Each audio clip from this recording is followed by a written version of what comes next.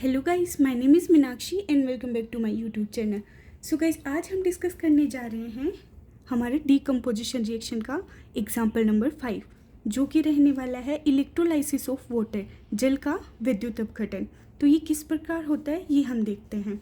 ये मैंने एक डायग्राम बनाया है समझाने के लिए। हमारी क्लास 10 की जो एनसीईआरटी है उसमें एक्टिविटी 1.7 पे दिया गया है।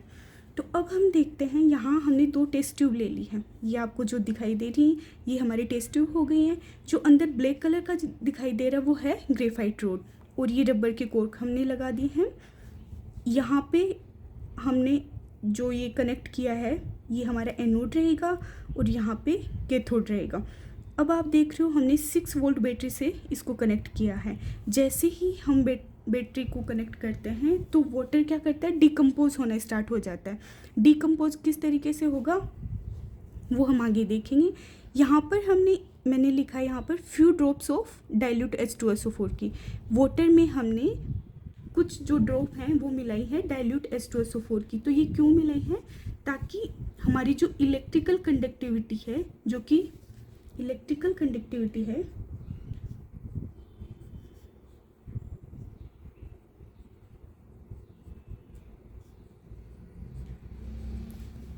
इलेक्ट्रिकल कंडक्टिविटी जल्दी से हो। To increase the electrical conductivity of water हमने यहाँ पर few drop of dilute H2SO4 की मिलाई है। इसे विद्युत चालकता कहते हैं हिंदी में, विद्युत चालकता। सो हमने few drop of dilute H2SO4 की मिला दी, फिर हमने कनेक्ट कर दिया। कनेक्ट करते हमारा वाटर अब डिकम्पोज होगा जल्दी जल्दी से बिकॉज ऑफ डाइल्यूट H2SO4। जैसे ही डिकम्पोज होता है तो हमारा, जैसे ये वाटर है, कैसे डिकम्पोज होगा ये हमें पता है। H2O है वो हाइड्रोजन से और ऑक्सीजन से मिलकर बना होता है। क्या ये रिएक्शन बैलेंस में है? बिल्कुल नहीं, क्योंकि हाइड्रोजन यहाँ पे 2 है, हाइड्रोजन यहाँ पे 2 है, ठीक है। यहाँ पर ऑक्सीजन 1 है, यहाँ पर 2 है। तो क्या हम इसे बैलेंस करने के लिए यहाँ 2 कर सकते हैं? कर सकते हैं। अब हमारा ऑक्सीजन तो बैलेंस हो गया, लेकिन अब हमारा हाइड्रोजन डिसबैलेंस है। यहाँ पे देख सकते हैं हम, यहाँ 2 2 ये इनटू हो जाएंगे, 4 है, यहाँ पर 2 है। तो हमने बैलेंस करने के लिए 2 कर दिया। अब हमारी रिएक्शन क्या है, पूरी तरीके से बैलेंस रिएक्शन है। और H2O कैसे होता है, 2:1 में होता है। ये हम देखेंगे ये कहाँ काम आने वाला है, अभी हम आगे समझते हैं। तो आप देख रहे हो एनोड है, एनोड पर ये कुछ बबल उठ रहे हैं। यहाँ पर मैंने ये डॉट डॉट बना रखे हैं, ये बबल उठ रहे हैं। कौन सी गैस का है, एनोड पर हमारी कौन सी गैस रिलीज होगी। हमें ये पूरा डायग्राम याद रखने की ज़रूरत नहीं है, बस जो याद रखना है वो ये है। फर्स्ट क्वेश्चन हमारा ये हो जाएगा कि जो few drop of dilute H2SO4 की हमने डाली है वो क्यों डाली है। सेकंड क्वेश्चन हमारा होता है कि जो ऑक्सीजन गैस है वो कौन से एनोड पे या फिर कैथोड पे कहाँ रिलीज़ होगी। तो वो होगी एनोड पर, जो कि हमारा पॉजिटिव है, और कैथोड है वो हमारा नेगेटिव है। तो कैथोड पर हमारी होगी हाइड्रोजन गैस रिलीज। अब देखते हैं हाइड्रोजन गैस का हमें पता कैसे चला। हाइड्रोजन गैस हमेशा, जैसे ही हम कोई माचिस है या फिर कुछ भी हम ऐसा जो जलने वाला पदार्थ है पास लेके जाते हैं तो वो पॉप साउंड क्रिएट करता है। जो हाइड्रोजन गैस है वो पॉप साउंड क्रिएट करती है।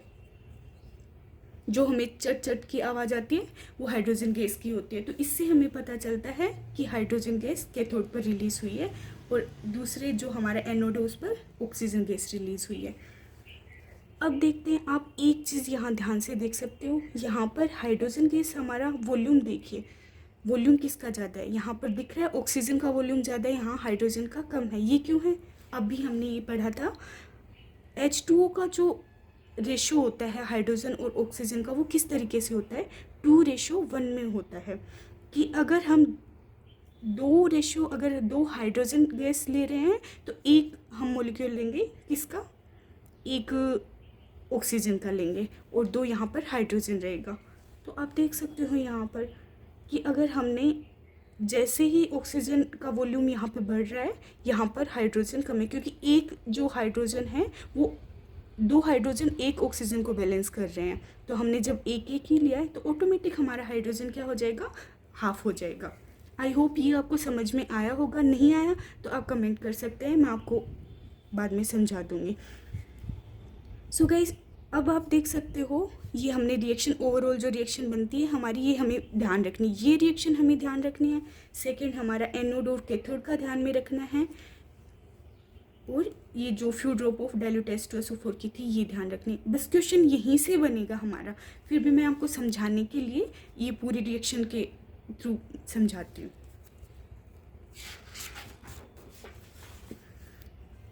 ये हमने करा है इलेक्ट्रोलाइसिस ऑफ वाटर, जल का विद्युत अपघटन। तो जो हमारा एनोड होता है H2O लिक्विड है, वो वहाँ पर ऑक्सीजन गैस रिलीज होती है, और ये कैसे टूटते हैं ये आप देख ही पा रहे हो।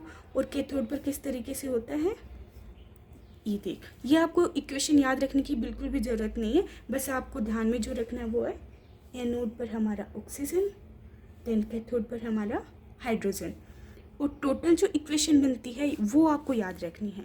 ये मस्ट है आपके लिए, ये आप याद रख सकते हो। H2O लिक्विड किससे मिलकर बनता है, H2 जो हमारी हाइड्रोजन है उससे और ऑक्सीजन से। यहाँ मैंने एक क्वेश्चन लिखा है, जल में डाइल्यूट H2SO4 एसिड क्यों मिलाया जाता है, इसका आंसर मैं आपको दे ही चुकी हूँ। तो आई होप गाइस आपको अच्छे से समझ में आई होगी ये जो हमने इलेक्ट्रोलाइसिस ऑफ वाटर पढ़ा है। ये यहाँ आकर हमारा डिकम्पोजिशन रिएक्शन कंप्लीट होती है। अब हम देखते हैं इसके बाद में हमारी जो ये NCERT है, इसके जो इंटेक्स्ट क्वेश्चन है वो आप देख सकते हो।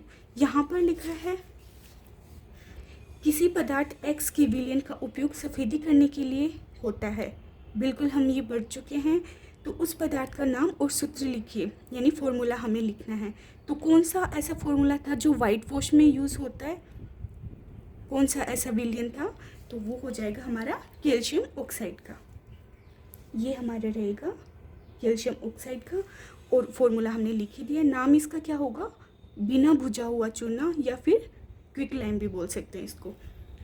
सेकंड है, अगर फर्स्ट जो X है हमारा, उसमें अगर हमने वाटर मिला दिया है, वाटर से रिएक्शन करवाएंगे तो क्या होगा गाइस, ये अब आप बताओगे। वाटर से रिएक्शन करेंगे तो क्या आएगा, ये मैं आपको समझा चुकी हूँ पहले। फिर है एक्टिविटी 1.7 में यहाँ पे बोला गया है, एक परख नली यानी कि एक टेस्ट ट्यूब में जो हमारी गैस की मात्रा है वो दूसरे से दोगुनी है। बिल्कुल ये हम अच्छे से अभी समझे हैं, और उस गैस का नाम बताइए आप। आई होप आपको यहाँ तक समझ में आया होगा। अब हम मिलते हैं नेक्स्ट सेशन में। Thank you.